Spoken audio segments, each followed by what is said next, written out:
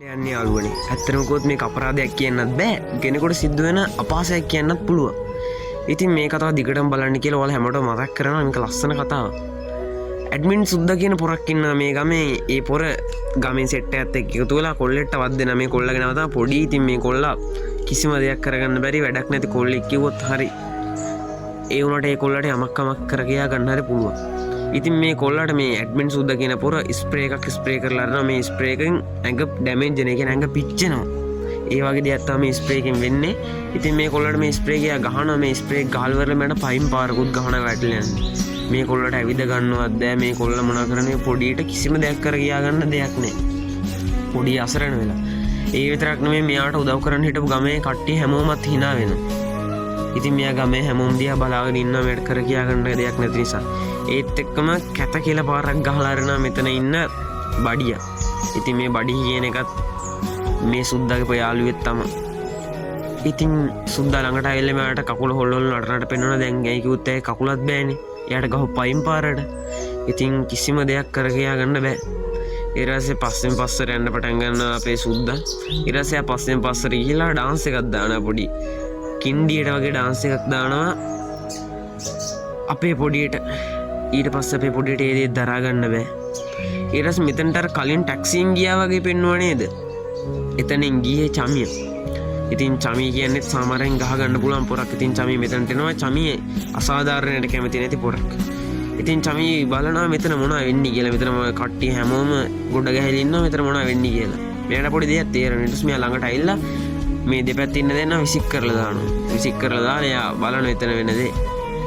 ඊට පස්සේ එයා දකින්න අපේ පොඩියට ගහලා හොඳටම තුවාල කරලා වද්දෙන එක. මේ සුද්දා. එයා සුද්දර වචනයක්වත් කියන්නේ නැහැ. එයා ඇවිල්ලා මොනා කරන්නේ? ගමේ පිටිපස්සේ එයා බලනවා. මේ අපරාධ දිහා බලන් ඉන්න එක.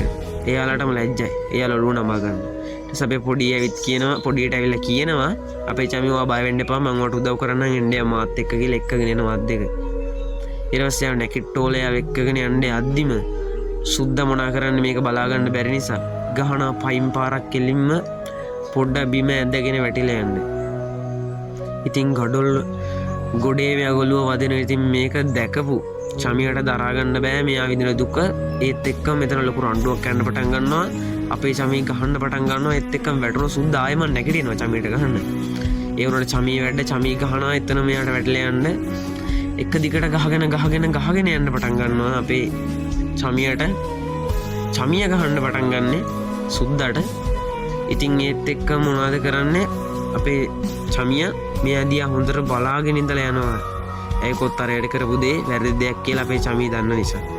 ඊට පස්සේ අපේ චමිය යන්න යනවා පොඩියවත් එක්කගෙන. පොඩි යන්න කලින් කින්ඩියට වගේ පිටිපස්සේ හැරිලා බලලා තමයි යන්නේ. ඉතින් මේක දිහා බලන් ඉන්නවා ගමේ අය. ඉතින් ගමේ උදවිය මේ දේ බලන් ඉඳලා අර පොර වගේ හිටපු සුද්දට කිසිම දෙයක් කරගන්න බැරුණානි කියලා hina වෙනවා ගමේ හැමෝම. ඉතින් මේ දේත් මෙයාට දරා ගන්න බෑ. මේ සුද්දට මානසික වැටිලා ඉන්නේ කිසිම දෙයක් කර කියා ගන්න බැරුව. ඒ විතරක් නෙමෙයි චමියත් මෙයාට හොඳටම ගහලා තියෙන්නේ.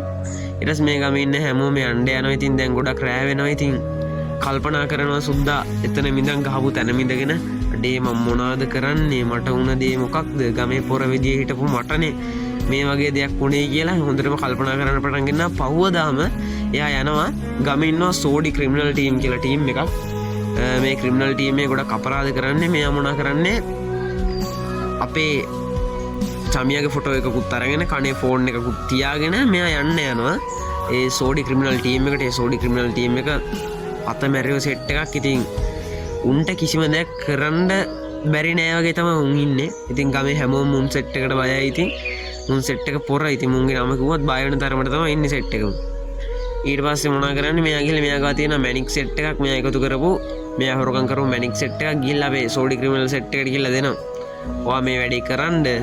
ඔයාට තියෙන චමීව මරලා දාන එක. ඉතින් මම ඔයාලට දෙන වෙනකොට මැනික් කියන ලයින් එකක් තමයි යන්නේ මෙතන. මෙයා මැනික් වගේ දීලා කියන මේ චමියව මරන්න කියලා. ඊට පස්සේ සෝඩිලා ක්‍රිමිනල් සෙට් එක ඉතින් මූණ බලා ගන්න. ඉතින් නිකන් රියැක්ෂන් එකක් දෙනවා. නිකන් වැඩේ කෙරුණා වගේ හිතා ගන්න කියනවා වගේ රියැක්ෂන් එකක් තමයි මෙතනින් දෙන්නේ.